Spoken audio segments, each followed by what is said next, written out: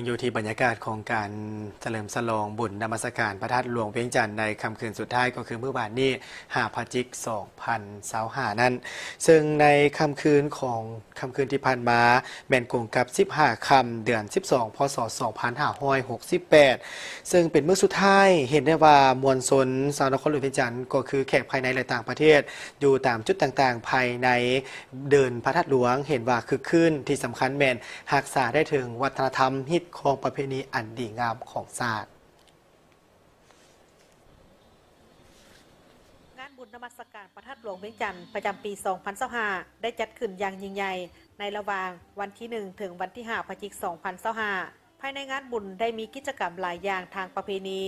ซึ่งในแต่ละมื้อได้มีมวลชนไปร่วมงานบุญเป็นจำนวนหลงหลายซึ่งอีกมุมหนึ่งประชาชนทางภายในและต่างประเทศที่เข้าไปเที่ยวชมเป็นจำนวนหลายนั่นก็คืออยู่เขตนภาเฮือนลาวซึ่งเป็นจุดที่มีความหลากหลายทางด้านกิจกรรมและมวลชนให้ความสนใจโดยเฉพาะโกเมนการนุ่งเครื่องผ้าไหมของบรรดาเผ่าต่างๆในสาธารณรัฐประชาธิปไตยประชาชนลาวการแสดงศิลปวรรณคดีวิธีการดำรงชีวิตอาหารแบบพื้นเมืองลาวและอื่นๆต้องแสดงความขอบอกขอบใจมายังการนำภาครัฐและพ่อแม่ประชาชนบรรดาเผ่าทั่วประเทศก็ถือว่าแค่คนได้เข้ามาอย่างหลวงหลายในนบาเฮือนลาวเท่านี้แล้วก็เป็นความภูมิภาคภูมิใจอันหนึ่งที่ว่าได้จะว่าคนตามทุกๆคนเข้ามานี่จะต้องใส่สินผ้าเบียงมาเบิ่งกิจกรรมอื่นๆที่จะในนภาเฮือนลาวอันนี้เป็นความภูมิใจที่ข้าพเจ้าได้รับตลอดเวลา10 ปีที่ผ่านมา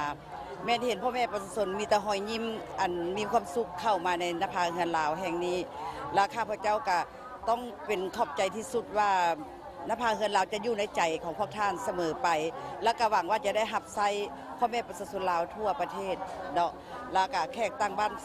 ต้องแสดงความขอบอกขอบใจมายังการนำภาครัฐและพ่อแม่ประชาชนบรรดาเผ่าทั่วประเทศก็ถือว่าแค่คนได้เข้ามาอย่างหลวงหลายในนบาเฮือนลาวเท่านี้แล้วก็เป็นความภูมิภาคภูมิใจอันหนึ่งที่ว่าได้จะว่าคนตามทุกๆคนเข้ามานี่จะต้องใส่สินผ้าเบียง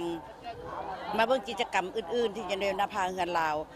อันนี้เป็นความภูมิใจที่ข้าพเจ้าได้รับตลอดเวลา10 ปีที่ผ่านมาแม้เห็นพ่อแม่ประชาชนมีแต่หอยยิ้มอันมีความสุขเข้ามาในนภาเฮือนลาวแห่งนี้และข้าพเจ้าก็ต้องเป็นขอบใจที่สุดว่านภาเฮือนลาวจะอยู่ในใจของพวกท่านเสมอไปและก็หวังว่าจะได้รับใช้พ่อแม่ประชาชนลาวทั่วประเทศเนาะและก็แขกต่างบ้านชาวต่างเมืองอันนี้เป็นความภูมิใจของข้าพเจ้าที่จะต้องได้พัฒนาให้ดีขึ้นและก็งามขึ้นแล้วก็ให้เป็นบ่อนหนึ่งที่บ่มสอนเรื่องฮิตของประเพณีและวัฒนธรรมลาวตลอดไปคู่กับนภาเฮือนลาวนี่จะได้ขอเป็นลูกหลานพระเจ้าเสด็จพระท่านหลวงก็จะได้พ่อแม่ประชาชนเราอนุรักษ์ไว้เป็นความทรงจำอันดีงามเจ้าการจัดงานบุญดังกล่าวเพื่อเต้าโฮมความสามัคคีปวงชนลาวทั้งชาติเพื่อให้ทุกคนภายในทั้งชาติได้รับรู้และมีความเอกอ้างทะนงใจในความเป็นชาติลาวที่มีมูลเสื้อดุมันมีหัวคิดประดิษฐ์สร้างและสืบต่ออนุรักษ์ปกปักรักษาและเสริมขยายคุณค่าของมรดกวัฒนธรรมอันยอดยิ่งให้คงอยู่คู่คนลาวชาติลาวชาวนครหลวงเวียงจันทร์ก็คือชาวพุทธตลอดไปเพื่อเฉลิมฉลอง3 วันประวัติศาสตร์ของชาติยังเป็นการฟื้นฟูเศรษฐกิจสุขอยู่การท่องเที่ยวส่งเสริมสินค้า1 เมือง 1 ผลิตภัณฑ์โอดอปและสินค้า SME ทั้งเป็นการเฉลิมฉลองวันสถาปนาสาธารณรัฐประชาธิปไตยประชาชนลาวครบรอบ50 ปีที่จะมาถึงนี้เพื่อส่งเสริมการท่องเที่ยวลาวเที่ยวลาวตามทิศสีเขียวและเงินยงก็คืองานมหกรรมกีฬาแห่งชาติครั้งที่12ที่นครหลวงเวียงจันทร์เป็นเจ้าภาพถือเอาโอกาสงานบุญนมัสการพระธาตุหลวงเป็นการเต้าโฮมความสามัคคีหักแพงอันเป็นมูลเสื้อเพื่อแสดงถึงความกตัญญูผู้บุญคุณต่อบรรพบุรุษต่อผู้นำพาปกปักรักษาและพัฒนาประเทศชาติพร้อมทั้งสร้างสีสันบรรยากาศให้ฟดฟื้นมวลซืนรักษาได้มูลเสื้อวัฒนธรรมอันดีงามและเพื่อพันขยายแนวทางเศรษฐกิจเอกราชเป็นเจ้าตนเองด้วยการสุขยุ่ส่งเสริมการท่องเที่ยว